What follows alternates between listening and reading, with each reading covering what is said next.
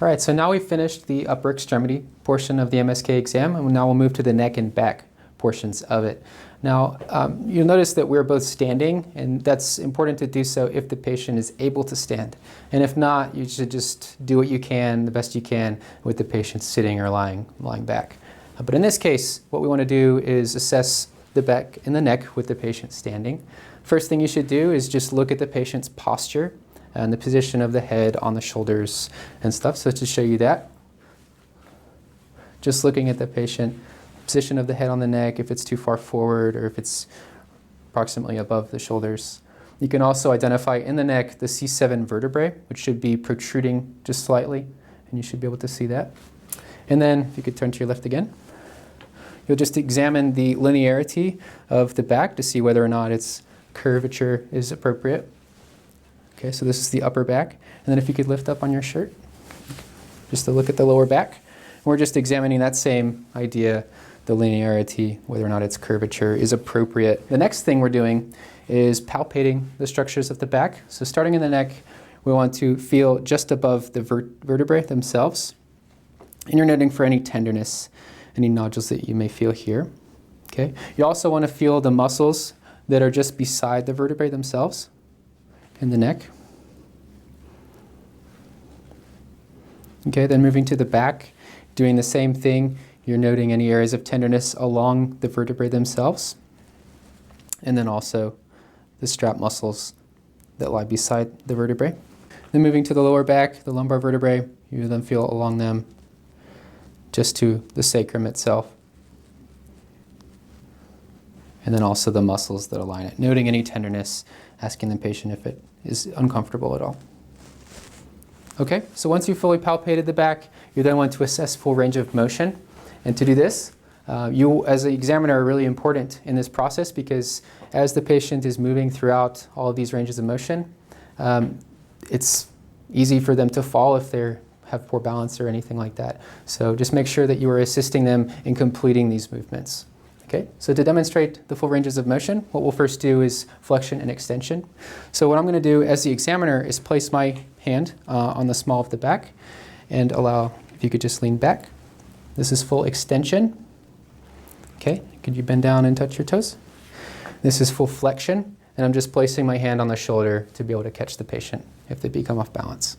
Okay, and then to demonstrate bending and twisting, we'll just have you like this. What I'm going to do is place, if she's going to bend to her left, I'm going to place my left hand on her left hip, right hand on the right shoulder, and just tell her, could you just bend to your left? Good. This allows me to isolate the hip and prevent it from moving. Okay, could you just do to the right? Same thing. All right, and then twisting. Could you just twist using your back? Good. And the other way. Okay, great. And so those are the full ranges of motion for the back. All right, the next component of this exam we'll do is the range of motion for the neck. First thing you can do is just look down. This will be full flexion of the neck. Look all the way back, all the way up. This is full extension. Good. If we could reposition you. There we go. Now if you could just look to your left shoulder, look over your left shoulder. Good. Look over your right shoulder. Good. And then if you could touch your right ear to your right shoulder. This is lateral bending. Then the other way. Good. Now I'm holding her shoulder in place to make sure she doesn't cheat a little bit by elevating the shoulder. All right, so the next component of the back exam actually involves manipulating the hip because we're looking for a couple of specific lower back pathologies. So sciatic nerve impingement and then sacroiliac pathologies that we can detect by moving at the hip. Okay, so the first one we'll demonstrate is the straight leg raise. And as the examiner, you can just tell them to relax their leg. And you can just raise it up to approximately 70 or 80 degrees, just like this. And if there's any pain, specifically if the pain is shooting or radiating down the foot, that's an indication that possibly there is sciatic nerve impingement. Because at this position, you're actually stretching this big nerve that runs down the leg. And to make it even worse, you can actually dorsiflex at the ankle. So dorsiflexion can elicit pain, specifically if there's sciatic nerve impingement. Okay? There is notable discomfort that's normal in the hamstrings. So if they're having discomfort or if you're not able to achieve this degree of flexion at the hip, that can be normal, specifically if they're feeling discomfort in the hamstrings. So that's the straight leg raise. Okay, the next one is called the FABER Test, and it's actually an acronym, stands for flexion. So I'll just demonstrate that. So flexion at the hip, abduction, abduction, and then external rotation. So at the same time that we're abducting, we're externally rotating the femur. And then in this position, it's kind of like a number 4 that you can see on the legs. And the ankle should be approximately at the level 2 or just above the knee on the opposing leg. Okay, so this is the correct position. And then to test for kind of the FABER test, you'd be stabilizing the opposing hip and then just pressing down slightly on the knee. And this would elicit a very acute pain in the lower back and the sacroiliac area, if it's positive. Okay, so now moving to the hip, the first step is to just inspect the area, and this time we're going to be identifying a few important landmarks. The first one is the anterior superior iliac spine, or the ASIS. It's just found as the anterior-most portion of the ilium here. And continuing towards the back is the iliac crest. It's just the top of the ilium moving towards the back. Okay, so identifying that. The next part is the outermost portion of the hip. It's going to be the proximal femur, actually, and this is the greater trochanter of the femur itself. So you can identify that here. The last landmark that we can find from the front is the symphysis pubis, and it's really the lower border of the pelvis directly at the midline. Okay, now continuing the hip examination from the back. This time we want to inspect for 3 major landmarks. First one is the posterior superior iliac spine, found approximately here. Second one is again the greater trochanter of the femur. It's approximately the widest margin of the hip, the proximal femur. The last one just found at approximately the gluteal crease, right at the midline of the thigh. This is called the ischial tuberosity, and it is right in the back of the gluteal region, so you may want to explain to the patient that you're trying to identify the sciatic nerve and if it's entrapped or painful. Okay, so once you've identified that, to find the sciatic nerve, you'll go to approximately midway between the ischial tuberosity here and the greater trochanter of the femur. So about midway through with my thumb, about an inch or 2 above that, you can then feel in this region, this is approximately where the piriformis muscle is found, and it's also where the sciatic nerve leaves the pelvis. And that can be an area of pain if they have sciatic nerve entrapment. Okay, to demonstrate the full range of motion at the hip, it should be done passively and actively if the patient is able to stand to do it actively. But I'm just going to show it to you passively, where I'm just performing the movements for the patient. So to do that, just take the ankle and the knee and fully flex at the hip. This is full flexion. Then if you could roll on your left side, I'll show you full extension. So full extension, taking the entire leg, bending back at the hip. Okay, full abduction away from the body. And to demonstrate full adduction, you could just roll back on your back. Okay, and then full adduction here. All right, then external rotation, making the figure 4 with the leg. And then internal rotation the opposite way, lower leg away from the body. Okay, so moving down to the knee, first thing again we're going to be doing is inspecting, but an important part of an inspection of this part is assessing the symmetry at the knee joint. Okay, so what we'll first do is look at the size of the quadriceps muscle groups. We're just looking at the bulk of the muscle side to side, and really atrophy of one side with respect to the other can be an indication that the patient may be favoring one side or that there's some kind of asymmetry that we can't otherwise see. So looking at muscle bulk of the quadriceps is the first thing we'll do. Second part is looking at the patella and its position at the knee. So the patella and the kneecap, just looking where it is at the knee joint. Okay. The last part we can inspect is the negative indentation just below the kneecap, right here, the infrapatellar space. And what you should see is just an indentation just below the kneecap on either side. And if this is not present, it may be an indication that there's swelling or an effusion inside of the joint space itself. Okay, so, and obviously you should be looking for signs of inflammation, redness, bruising.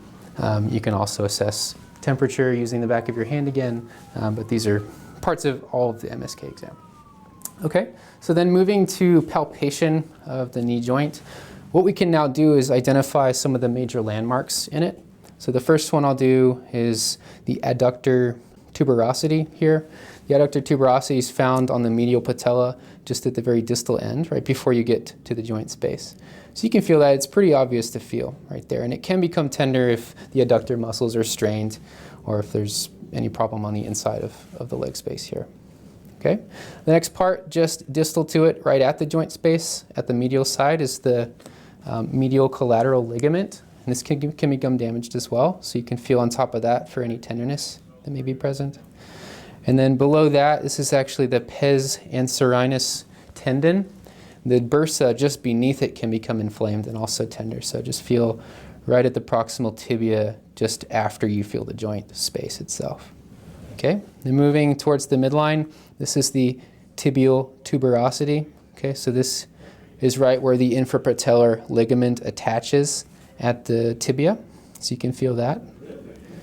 And then moving towards the lateral side, you can feel the joint space on this side. This is where the lateral collateral ligament is found, and that can also tear or become tender. Okay, and then you can feel finally the lateral tubercle on the femur.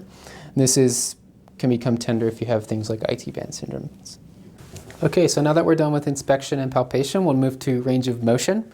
And for the knee, there are pretty much two axes of movement. First one is flexion, and full extension. It's important to go all the way to do full flexion and full extension, because if there's a problem with, say, the meniscus, it can fold back on itself and prevent full flexion and full extension. So just go the full movement. I'm showing you passive. It is possible to do active as well.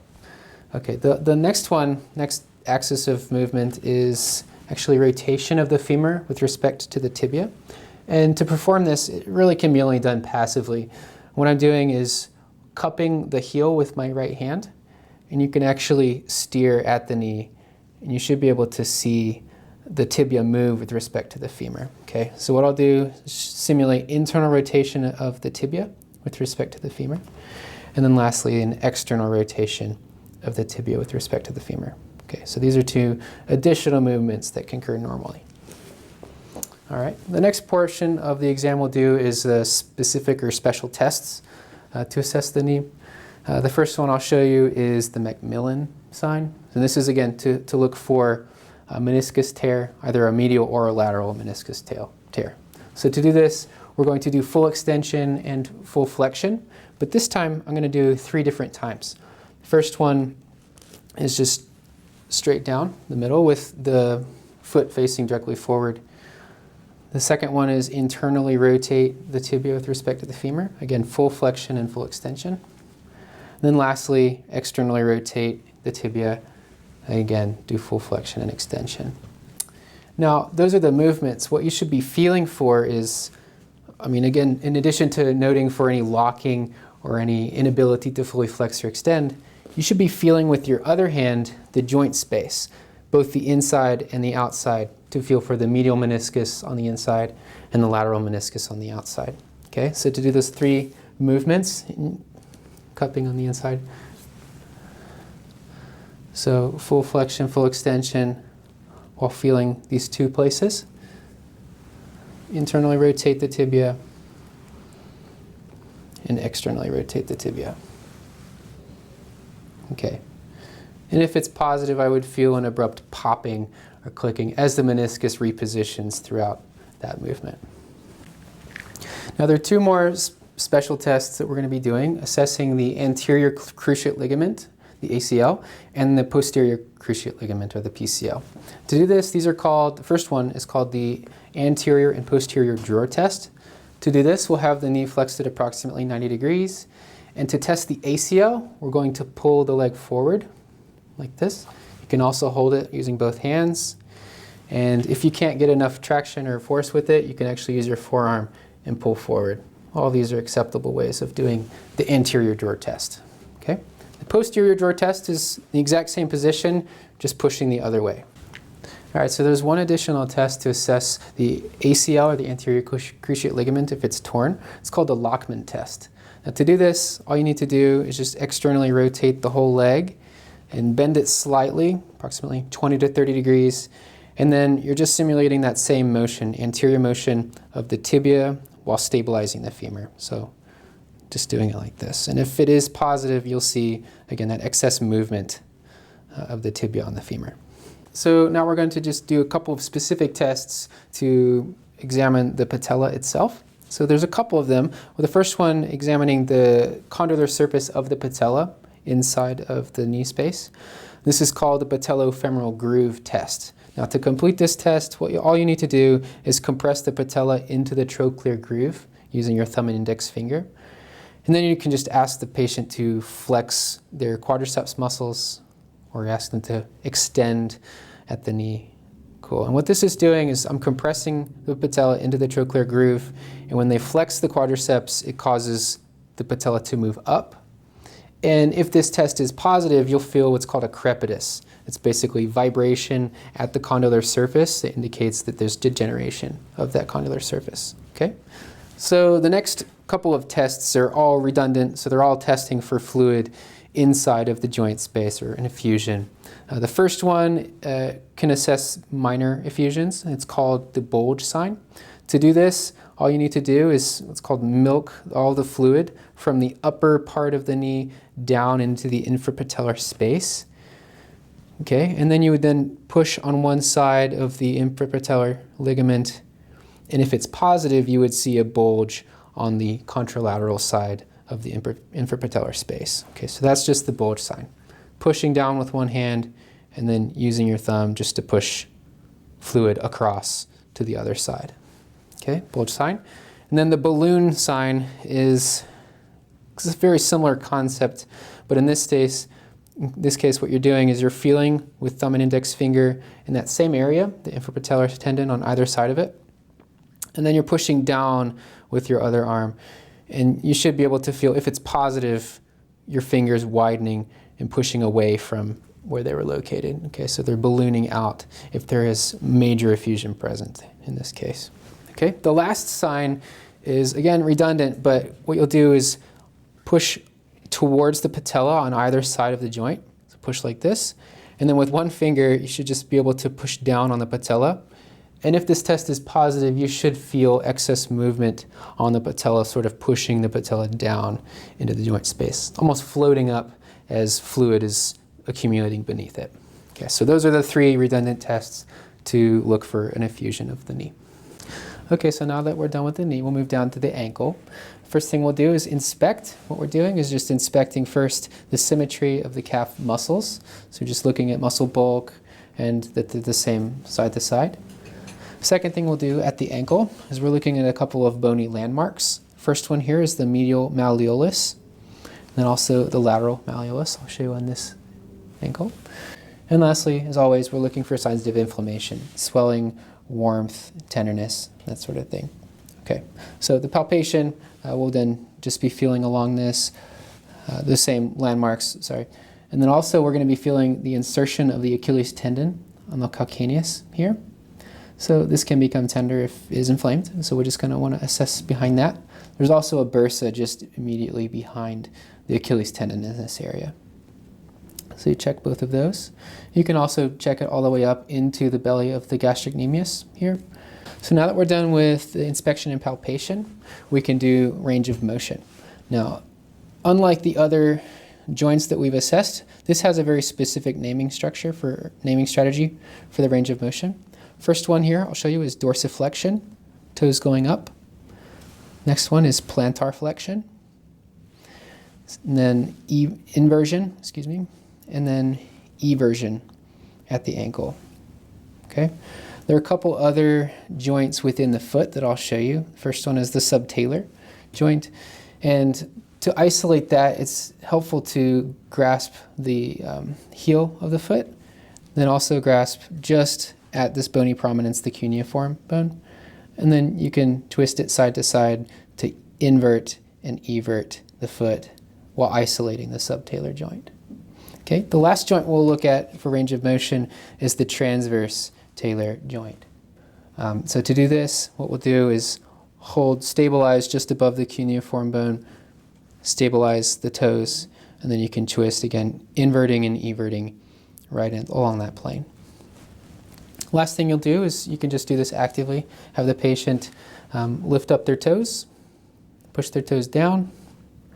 Okay, and that's just movement along the metatarsophalangeal joints. The next portion of the MSK exam is looking at the patient's gait, and for this we're going to be looking at 3 different things. The first one is the width of the base, and this is simply the distance between the heels of the patient while the patient is walking. So this is a wide base, and then normal to narrow gait bases shown here.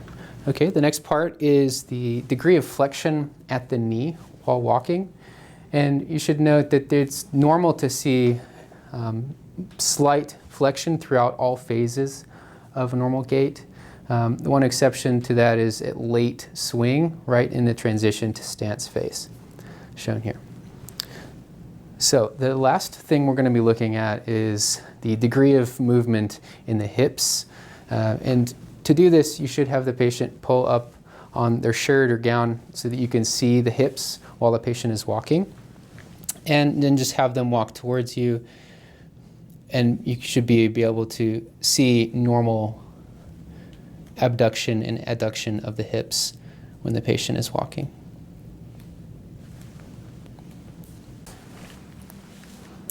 Okay, so this completes the musculoskeletal exam. At this point, you want to ask them if they have any questions for you, thank them for their time, and then mention to them that you'll go speak with the medical team and you'll be back with the results for them shortly.